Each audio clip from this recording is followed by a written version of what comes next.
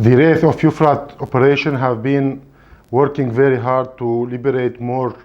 neighborhoods and more parts of Raqqa city during the clashes and operations that Syrian Democratic Forces SDF are holding inside the city during the last 10 days. The Syriac Military Council alongside SDF have been able to liberate or to take part in the liberation of some of the neighborhoods and the city parts from the western side of the city, and along with the SDF we have been generally able to liberate parts of Hisham bin Abd al-Malik and Al-Yarmouk neighborhoods in the southern part of the city. We have been able to liberate some blocks at the old city near the old mosque, and we have been able to liberate some parts of the city from the western side too, in Haish, Nazat Shhade, Al-Rawda, and several other parts. The operations to completely clean and sweep out the liberated areas are continuing, and we have been able to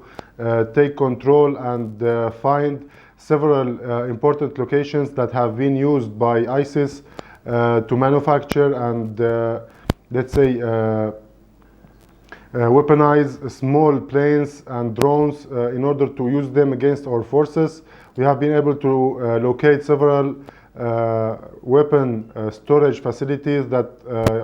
ISIS were using, and some of them were inside civilian homes, along with some of VBIDs and tunnels that ISIS were using. The tactics that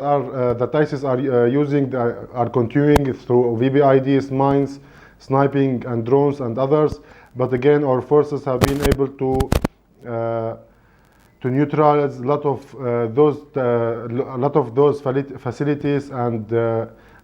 equipments that ISIS is using, and that was again a great another step in the process to liberate the city. Also, the coordination with the international coalition, especially with the American forces, British and French forces, is developing, and we have been able to use the airstrikes, the artillery, and the heavy weapons that are used by the international coalition in a better way, and that led to minimize, let's say, the casualties from our side a little bit, and to be able to liberate more civilians from the terror of ISIS, and those have been counted of thousands in some occasions that have been evacuated or liberated altogether. We have been able also to take part, or let's say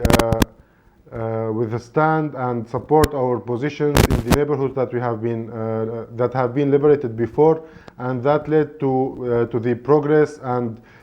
the development of the operations and the progress that we are making in the front lines and in the direct areas of contact with ISIS. We are calling upon our people inside Raqqa to take any measures necessary for their survival, and to stay away from the areas of clashes, and to stay away from the areas that ISIS is located in order not to allow ISIS to use them as human shields, and that would eventually help and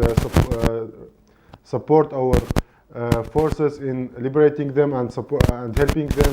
and helping in the evacuation of them and their families from inside the town and from the areas controlled by ISIS.